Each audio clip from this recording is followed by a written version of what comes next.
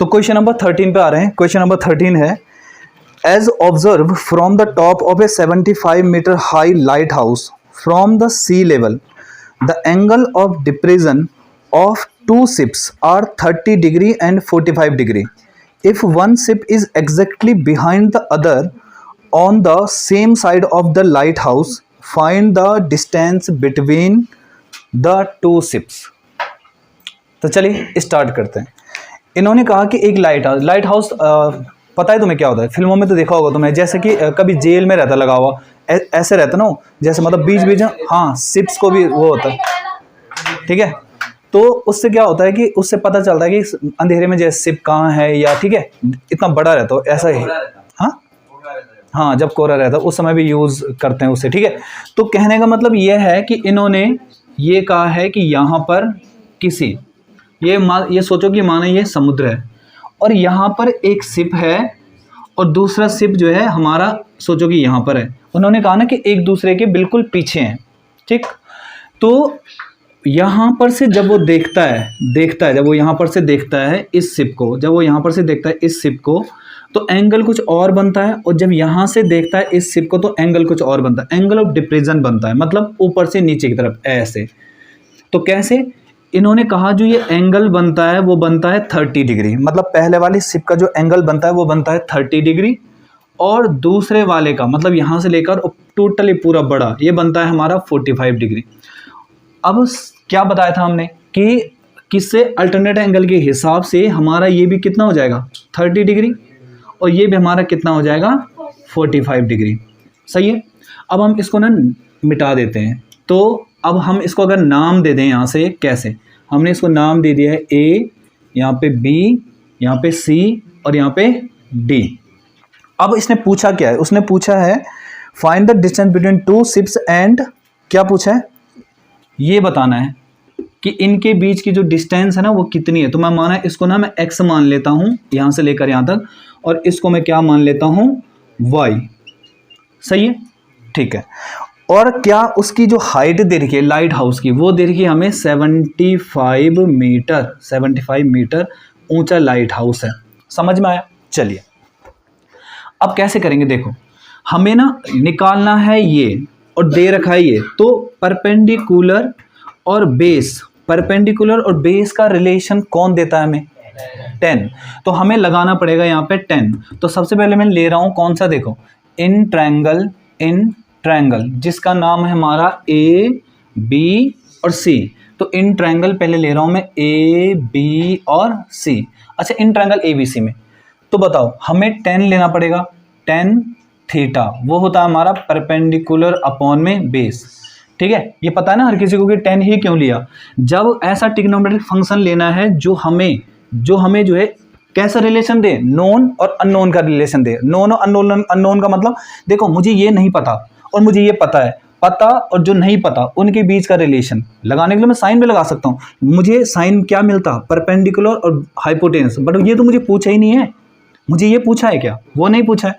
जो पता है और जो पूछा है ये इन दोनों का रिलेशन मुझे 10 देगा। क्यों? इस एंगल के लिए tan थीटा क्या होगा? परपेंडिकुलर अपॉन में बेस। तो हमारा हो जाएगा tan थीटा, थीटा की जगह कितना है? tan 45। तो tan 45 बराबर परपेंडिकुलर कितना है बताओ? 75 अपॉन में बेस कितना है? y। चलो tan 45 की वैल्यू क्या होती है हमारी? 1। तो 1 इक्वल टू 75 अपॉन में y। इस y का इंटू यहाँ कर दो तो y इक्वल टू 75। सही है, बताओ ठीक क्या हुआ? ठीक है। अब हम ना अगला देखो इस ट्रायंगल को लो। अब कई लोग सोच रहे हैं इस ट्रायंगल को लेंगे हम ACD। इस ट्रायंगल को हम इसलिए नहीं ले सकते क्योंकि यहाँ पे ना हमारा ट्रिग्नोमेट्रिक फंक्शन नहीं लग सकता, क्योंकि वो राइट एंगल ट्रायंगल नहीं है, ठीक है। तो हमें क्या बड़ा लेना पड़ेगा? A, B और D। तो अब लो यहाँ पे दूसरा इन ट्रायंगल ABD। बताओ सही है? ABD। तो ABD ट्रायंगल में देखो परपेंडिकुलर क्या होगा हमारा? tan थीटा लगाओ, tan थीटा परपेंडिकुलर अपॉन में बेस होता है। तो tan थीटा कौन है इस बार? इस बड़े ट्रायंगल के लिए थीटा कौन है? 30। तो tan 30 बराबर परपेंडिकुलर कौन होगा? 75 अपॉन में बेस बताओ कौन होगा, पूरा x प्लस वाई, क्योंकि इस बड़े ट्रायंगल के लिए बेस पूरा माना जाएगा ये, तो हमारा कैसे होगा x प्लस वाई। 1030 होता है हमारा 1/√3 बराबर 75 अपॉन में x प्लस वाई। क्यों ना एक काम कर दो, क्रॉस मल्टीप्लाई कर दो, इसका इंटू यहाँ कर दूंगा मैं तो क्या बन जाएगा x plus y equal to, बताओ इसका इंटू यहाँ करूंगा तो 75√3। अच्छा क्या मैं y की वैल्यू रख सकता हूँ यहाँ से, तो मैं y की वैल्यू यहाँ पे रख रहा हूँ, तो देखो x प्लस 75 बराबर 75√3, सही है। अच्छा इसको ना यहाँ भेज दो तो हमारा आएगा x इक्वल टू 75√3 माइनस 75, तो x इक्वल टू 75 कॉमन लिया जा सकता है, हमारा बचेगा √3 माइनस 1, यही हमारा आंसर हो जाएगा। उसने यही तो पूछा था कि what is the distance between two ships, उन दो शिप्स के बीच की डिस्टेंस है कितनी, वो हमें बताना है। बताओ कोई दिक्कत है किसी को तो बोलो, सही है, चलो करो फिर। तो क्वेश्चन नंबर 14 पे आ रहे हैं, देखो क्वेश्चन नंबर 14 है, a 1.2 metre tall girl sports a balloon moving with the wind in a horizontal line at a height of 88.2 meter from the ground. The angle of elevation of the balloon from the eyes of the girl at any instant is 60 degree. After the some time the angle of elevation reduces 30 degree. Figure दे रखा हमें, find the distance traveled by the balloon during the interval। देखो समझाते हैं क्या, इन्होंने कहा कि सोचो कि एक बलून था यहाँ पे इस तरह से पहले, ठीक, तो जब उसे उसकी जो टोटल हाइट है कहाँ से, ज़मीन से, तो हम समझ लेते हैं माना ये हमारा ग्राउंड है यहाँ से ऐसे, ठीक है, ध्यान से समझो क्या है, ये ग्राउंड है, यहाँ पे एक लड़का जो है इस तरह से एक लड़का खड़ा है यहाँ पर, माना यहाँ पे समझते हैं थोड़ा फिगर बड़ा बने तो अच्छा है, माना यहाँ पे एक लड़का खड़ा है इस तरह से, ठीक है, जिसकी हाइट है 1.2 मीटर, समझ में आया। अब उसका जो एंगल बनता है जब वो बलून यहाँ पे होता है तो उसका एंगल बनता है यहाँ से उस बलून का कितना, 60 डिग्री, सही है।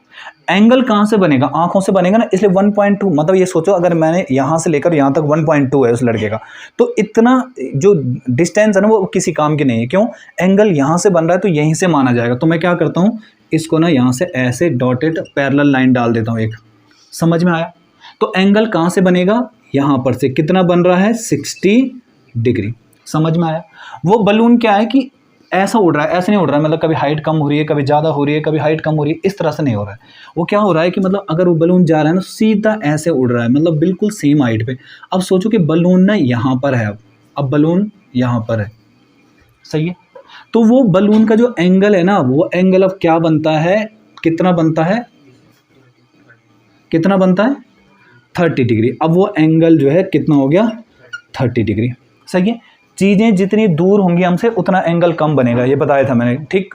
तो हमने ये बताओ मुझे टोटल जब 88.2 है, जब टोटल 88.2 है और 1.2 जो है मेरे किसी काम का ही नहीं है, तो कितना बना, 87 मीटर।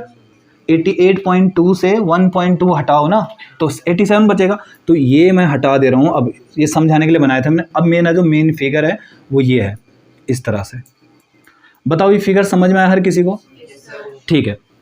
इसको नाम दे देते हैं कुछ, चलो, तो मैंने इसको नाम दे दिया यहाँ पे A, यहाँ पे B, यहाँ पे C, यहाँ पे D और यहाँ पे माना E दे देते हैं। चलो अब बताओ, सबसे पहले मैं इसको मान लेता हूँ यहाँ से लेकर यहाँ तक x और इसको मान लेता हूँ यहाँ से लेकर यहाँ तक y। पहले मैं ये छोटा ट्रायंगल लेना हूँ। अच्छा बताओ, जब ये 87 है तो ये भी 87 होगा, सही है, ये पूरा 87। अब हम लेते हैं पहले छोटा ट्रायंगल, तो इन ट्रायंगल क्या नाम है इसका, ABC, इन ट्रायंगल ABC, समझ में आया।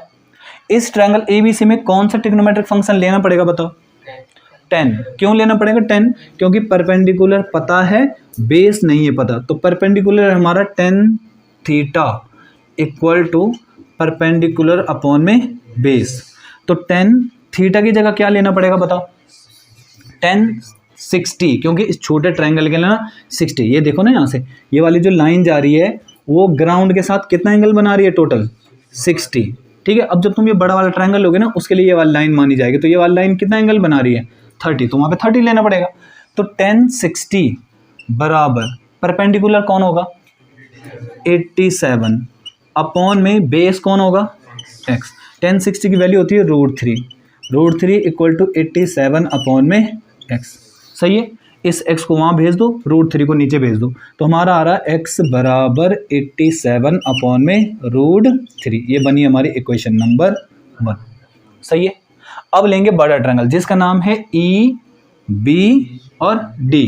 तो इन ट्रायंगल, अब देखो in triangle E B D, सही है, in triangle A B D.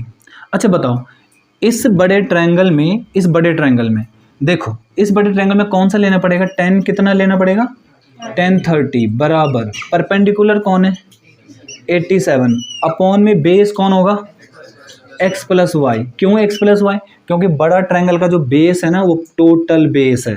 सही है, ठीक है, तो 1030 क्या होगा हमारा, इससे आगे इस तरफ करते हैं, 1030 कितना होगा 1 अपॉन में √3। सही है, सही है।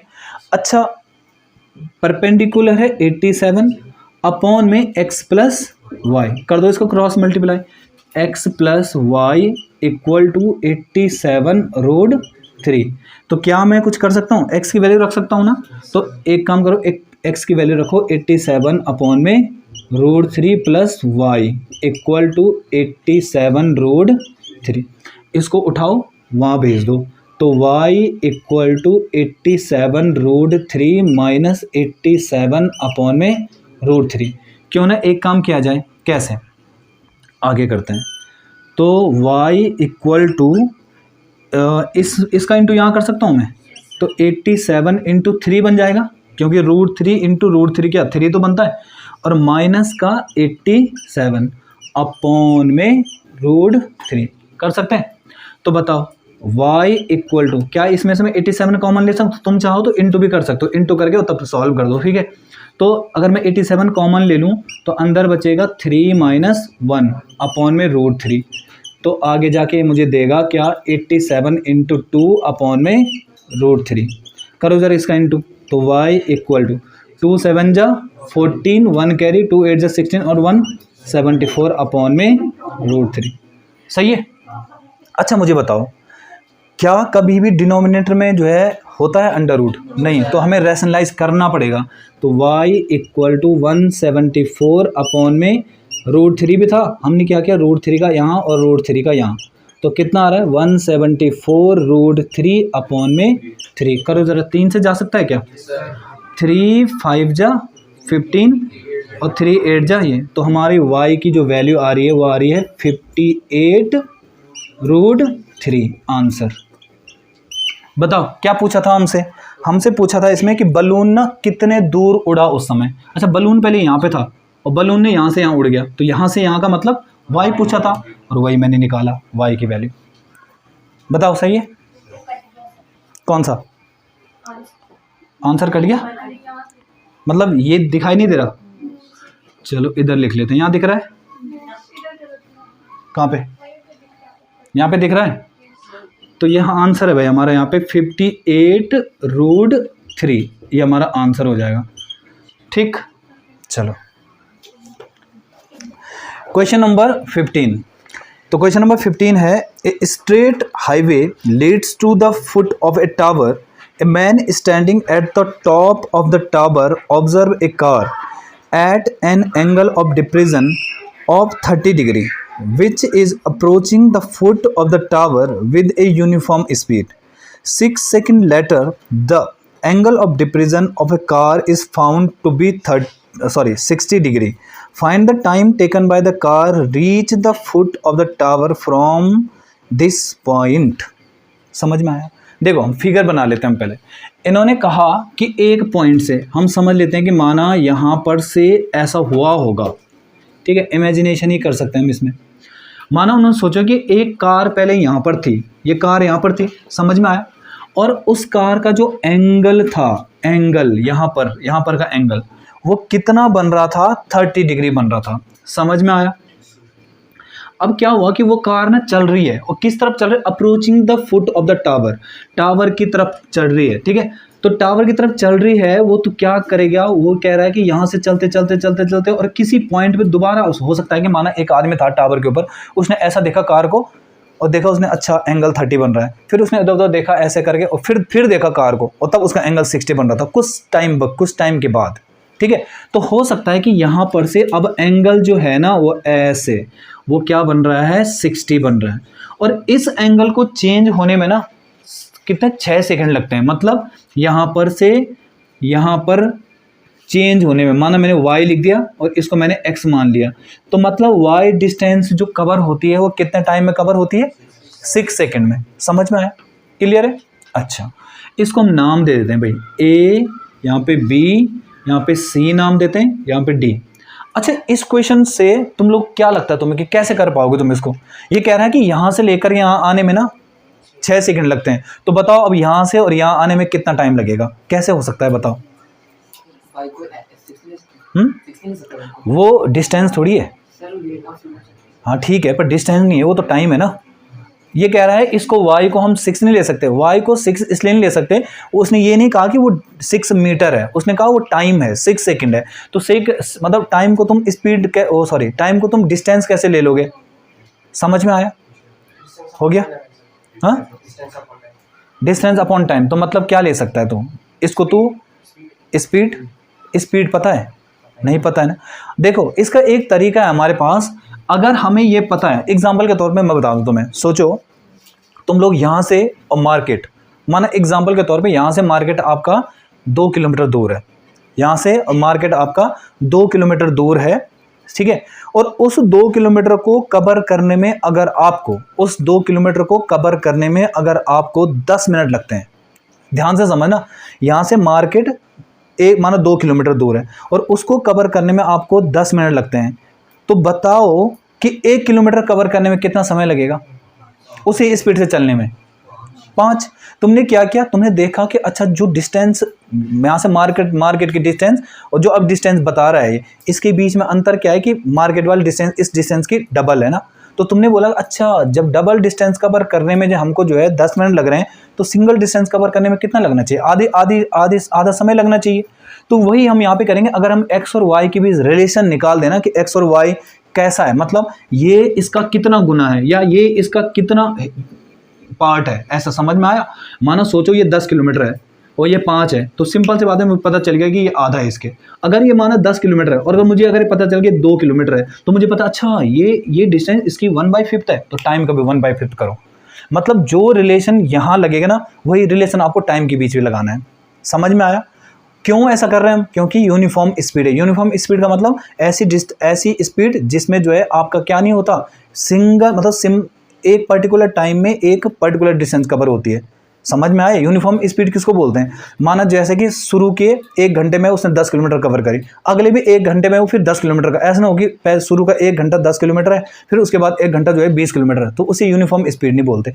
मतलब अगर वो कार चल रही है ना, चल रही है तो सिंपल स्पीड में चल रही होगी, जो डिस्टेंस वो कम ज़्यादा नहीं करता अपनी स्पीड। क्लियर है। तो समझ में आया। पहले हम करने क्या वाले हैं, हम क्या करने वाले हैं, x और y के बीच हम रिलेशन निकालने वाले हैं।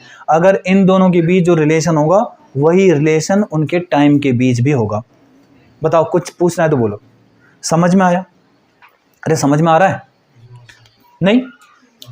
अच्छा देखो यहाँ पे देखो ना, हमें ये वाली डिस्टेंस ये समझ में आया। पहले ये पता है तुम्हें निकालोगे कैसे, तुम x और y निकाल लोगे, x और y निकाल लोगे।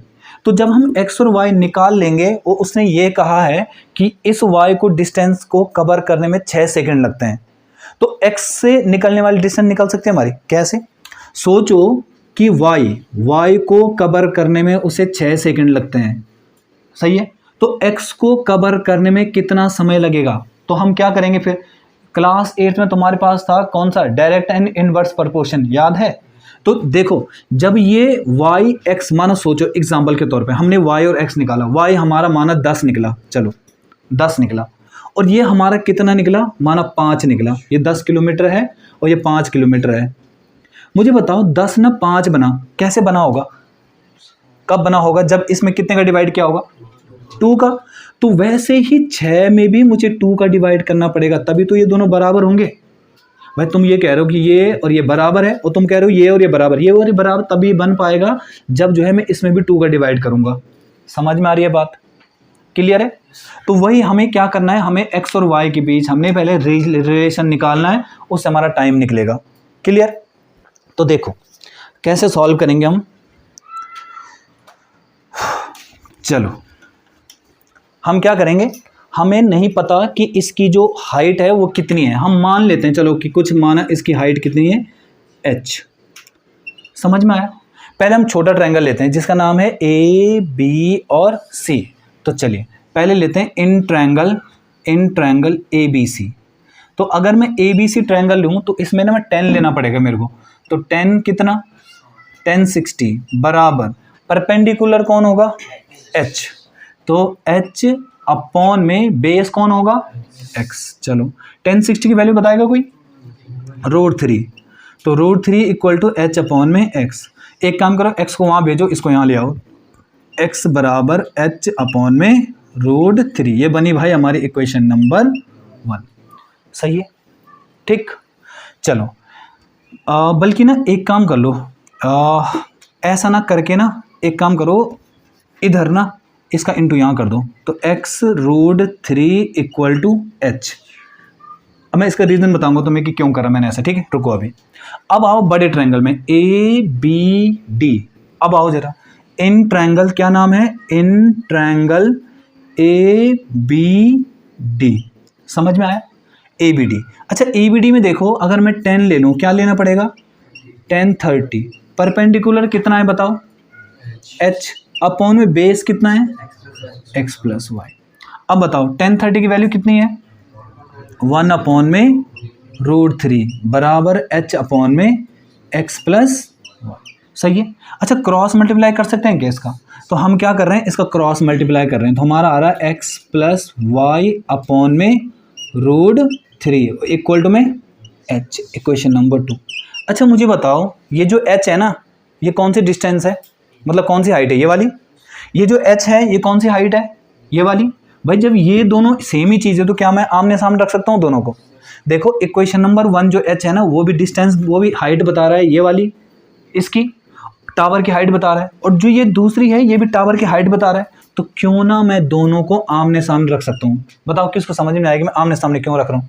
ये समझ में आया क्यों आमने सामने रख रहा हूँ? क्योंकि ये भी हाइट है टावर की, और ये वाली जो हाइट है ये भी है टावर की। तो जब दोनों सेम ही चीज़ हैं तो क्यों ना दोनों को आमने सामने रखा जाए। तो मैं रखता हूँ, तो यहाँ पे लिखूंगा फ्रॉम 1 and 2, फ्रॉम 1 and 2। अब देखो, तो इक्वेशन नंबर 1 से हमारा जो h था वो था x √3, और यहाँ से जो था वो था x प्लस वाई अपॉन में √3। सही है? अब मैंने बोलता नहीं, यहाँ पे मैं बताऊंगा ऐसा क्यों किया मैंने। देखो h जो है, क्या उसने क्वेश्चन में कहीं भी पूछा है कि टावर की हाइट कितनी है? नहीं, वो वेरिएबल मुझे चाहिए ही नहीं था, इसलिए मैंने क्या किया, सब्स्टिट्यूट मेथड। सब्स्टिट्यूट मतलब ये मुझे, मैंने h गायब कर दिया। देखो अब कहीं h दिख रहा है मुझे, उस h की मुझे ज़रूरत ही नहीं थी, मैंने उसे केवल जो है इसके लिए यूज़ किया था ताकि मैं यहाँ पे फॉर्मूला लिख सकूँ ऐसे करके। ठीक, उसको मुझे हटाना था वहाँ से, इसलिए मैंने ऐसे किया कि इसको h बराबर इसको, जब दोनों सेम चीज़ें हैं तो जब इनके राइट बराबर हैं तो लेफ्ट भी तो बराबर होंगे। समझ में आ रहा है? तो बस वही किया मैंने। अब करो जरा, इसका मल्टीप्लाई मैं अगर इधर कर दूँ तो बताओ कितना आ रहा है, 3x। इसका यहाँ करूँ तो x प्लस का y, इस x को यहाँ लाऊं तो 3x माइनस x बराबर y। कितना बना, 2x बराबर y। अब समझ रहे हो, कुछ दिमाग में आ रहा है? ये कह रहा है कि जो y है ना वो x का डबल है, y x का डबल है, मतलब ये वाली डिस्टेंस इसकी डबल है। अब सोचो जरा, जब डबल डिस्टेंस कवर कम करने में जो है 6 सेकंड लग रहा है, तो सिंगल को कवर करने में कितना लगेगा, 3 सेकंड। सिंपल आंसर आ तो गया। आ रही बात समझ? पर थोड़ा लिखना पड़ेगा हमें, कैसे कि टाइम, क्या लिख रहा हूँ मैं, time taken to cover y distance. तो y डिस्टेंस कवर करने में जो हमें टाइम लग रहा है वो कितना लग रहा है, 6 सेकेंड। तो हम टाइम टेकन टू कवर क्या होगा, x डिस्टेंस तो x डिस्टेंस कवर करने में कितना लगेगा, 6 का 1/2 कर दो। 1/2 मतलब क्यों कर रहे हैं 1/2, समझ में आ रहा है ना क्यों? क्योंकि जब डिस्टेंस आधी हो गई यार, खुद सोचो ना, 10 किलोमीटर को कवर करने में जितना समय लगेगा उसका आधा समय तो लगेगा 5 किलोमीटर कवर करने में। तुम लोग कह रहे हो कि x जो है y की आधी डिस्टेंस है, तो आधी डिस्टेंस करने में समय भी तो आधा ही लगेगा, तो इसलिए समय का भी आधा करना है। और कितना आ रहा है, 3 सेकेंड, ये हमारा आंसर हो जाएगा। सही है, बताओ। थोड़ा सा अलग चीज़ थी इसमें, जैसे तुम लोग कर रहे थे ना यहाँ पे तुम लोग 6 ले रहे थे, वैसा नहीं हो पाएगा वो, क्योंकि 6 जो है टाइम है, ना कि क्या डिस्टेंस गिवन होती तब तो सिंपल ही था ये क्वेश्चन। बस थोड़ा सा इसमें टाइम का जो फेर बदल है वो इस क्वेश्चन को थोड़ा अलग बनाता है, और कुछ नहीं, बाकी तो सिंपल ही था क्वेश्चन। ठीक, तो क्वेश्चन नंबर 16 स्टार्ट कर रहे हैं। तो क्वेश्चन है हमारे पास, the angle of elevation of the top of a tower from 2 points at the distance of 4 meter and 9 meter from the base of the tower and in the same straight line with it are complementary. Prove that the height of the tower is 6 meter. देखो इन्होंने क्या कहा है कि एक tower है, मान लेते हैं इस तरह से, ठीक है, एक टावर है यहाँ पे, और इस टावर से कुछ दूर, कहीं दूर एक एंगल बनता है यहाँ पर इस तरह से कि थीटा बना लेते हैं हम, चलो सही है। और उसने क्या कहा कि डिस्टेंस 2 है, कुछ 4 और 9, मतलब यहाँ से इस टावर के फुट से, मानो सोचो कि यहाँ से लेकर पूरा यहाँ तक जो एंगल है ना, वो सॉरी जो डिस्टेंस है वो 9 मीटर है, समझ में आया। और यहाँ से ना कहीं दूर इधर कहीं एक और डिस्टेंस है जो कि 4 मीटर की डिस्टेंस है, तो हम समझ लेते हैं कि यहाँ पे माना यहाँ से लेकर और यहाँ तक की जो डिस्टेंस है वो 4 मीटर है। और एंगल ऐसा बनता है कि दोनों एंगल ना एक दूसरे के जो है कॉम्प्लीमेंट्री एंगल है। कॉम्प्लीमेंट्री एंगल मतलब 90 माइनस थीटा। अब बताता हूँ ऐसा क्यों। देखो एग्जाम्पल के तौर पे 2 एंगल है हमारे सामने, ये और ये दोनों मिलके ना 90 बनाते हैं। कॉम्प्लीमेंट्री एंगल क्या होता है, any two angle which make 90 degree. सोचो दो एंगल है 90 डिग्री है, अब ये बताएगा हाँ भाई ये 60 डिग्री है, तो ये कितना होगा, तुमने क्या किया 90 में से 60 माइनस किया होगा तभी 30 मिला होगा। अगर मैं फिर ऐसा बोलूँ कि 2 एंगल हैं जिनको जोड़ के 90 आता है, तो अगर मैं ऐसा बोलूँ कि एक 70 है तो दूसरा क्या होगा 20। कैसे किया, इसने भी 90 में से 70 माइनस किया होगा। ऐसे 2 एंगल जो मिलके 90 बनाते हैं, और माना सोचो एक थीटा है तो दूसरा क्या होगा 90 माइनस थीटा, क्योंकि हर बार प्रोसेस यही तो चल रही है कि माइनस करना है। देखो पहली बार भी यहाँ माइनस किया, यहाँ माइनस किया, तो अगली बार भी थीटा माइनस, तो हमारा क्या आएगा 90 माइनस थीटा, इसलिए मैंने ऐसा लिखा। ठीक है, ऐसे 2 एंगल जो कि मिलके 90 डिग्री बनाते हैं कॉम्प्लीमेंट्री, तो वही प्रोसेस मैंने यहाँ पे लगाया, उससे मेरा 90 माइनस थीटा आ गया। क्लियर है, इसको हम नाम दे देते हैं कुछ। चलो जो ट्रायंगल्स है ना इनको हमें नाम दे देना है, तो नाम देते हैं ए, यहाँ पे बी, यहाँ पे सी और यहाँ पे डी। तो चलिए पहले हम छोटा ट्रायंगल लेते हैं जिसका नाम है हमारे पास ए बी सी। तो इन ट्रायंगल ए बी सी, अच्छा लगाओ जरा, इन ट्रायंगल ए बी सी में अगर मैं 10 लगा दूं, और उसने बताऊं क्या पूछा है, इसकी हाइट पूछी है, इसकी हाइट मुझे नहीं पता क्या हाइट है उसकी, मैं h मान लेता हूं। तो चलो सबसे पहले मैं लगाता हूं छोटा ट्रायंगल, तो इन ट्रायंगल ए बी सी में हो गया, हम लगा देंगे 10 थीटा, थीटा की जगह कौन है इस बार 90 माइनस थीटा, तो 10 90 minus theta equal to perpendicular कौन है h, तो अपॉन में बेस कौन है 4। चलो इसे हम इक्वेशन नंबर 1 मानते हैं, या तो एक काम करो इसको सॉल्व कर दो। 10 90 माइनस थीटा जो होता है ना वो हमारे पास कॉट थीटा होता है, ये फॉर्मूला होता है 10 90 minus theta equal to cot theta, तो ये आ रहा है h अपॉन में 4।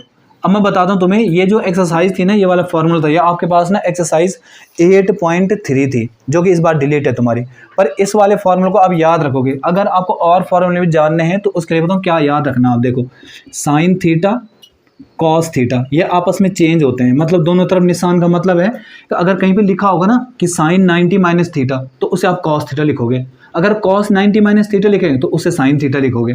फिर वैसे हमारा कॉट थीटा हमारा चेंज होगा किस में बताओ 10 में, और 10 थीटा किस में चेंज होगा कॉट में। वैसे हमारा सेक थीटा जो है किस में चेंज होगा कॉसेक में, और कॉसेक किस में चेंज होगा, सेक में। मतलब कहने का मतलब ये है कि अगर कहीं पे लिखा होगा ना cot 90 माइनस थीटा, उसको आप tan थीटा लिखोगे। अगर कहीं लिखा है tan 90 माइनस थीटा, उसे आप cot थीटा लिखोगे। अगर कोई लिखेगा कि sec 90 माइनस थीटा, उसे क्या लिखोगे, cosec थीटा। और cosec 90 माइनस थीटा क्या लिखोगे, sec थीटा। इसको बोलते हैं कन्वर्जन फॉर्मूला। कन्वर्जन मतलब एक दूसरे के साथ चेंज होना। क्लियर है। चलो हम कहाँ पे थे, इक्वेशन नंबर 1। अब आते हैं हम दूसरे ट्रायंगल पे जिसका नाम है इन ट्रायंगल, बड़ा ट्रायंगल। क्या नाम है इसका, ABD। चलो फिर इन ट्रायंगल ABD। अच्छा बताओ जरा, ABD में tan कितना लेना पड़ेगा, tan थीटा, क्योंकि बड़े ट्रायंगल के लिए एंगल कितना है, थीटा। तो tan theta equal to perpendicular कितना होगा, h अपॉन में बेस की जगह क्या माना जाएगा, 9। कई लोग सोच रहे हैं 9 और 4 जोड़ेंगे, नहीं, 9 और 4 तब जोड़ता अगर यहाँ से लेकर यहाँ तक 9 होता, तब मैं पूरा 13 लेता। बट उसने पहले से ही बोल रखा यहाँ से और टोटल 9 है, टोटल 9। सही है। तो 9 इक्वेशन नंबर 2। हम क्या करेंगे, इक्वेशन नंबर 1 और 2 का ना मल्टीप्लाई कर रहे हैं। अच्छा मल्टीप्लाई क्यों कर रहे हैं, प्लस माइनस इन डिवाइड क्यों नहीं कर रहे हैं, क्योंकि ये दोनों इनटू होके ना 1 देंगे मुझे। क्यों, tan थीटा और cot थीटा का इनटू करेंगे ना 1 बनेगा। अब बताओ कैसे, देखो। और जब इक्वेशंस का इनटू करते हैं ना तो कैसे करते हैं, लेफ्ट का इनटू होता है और राइट का इनटू होता है। तो हम क्या करेंगे, multiplying equation 1 and 2, multiplying equation 1 and 2। तो मल्टीप्लाई कैसे करेंगे, राइट मतलब राइट होगा और लेफ्ट होगा।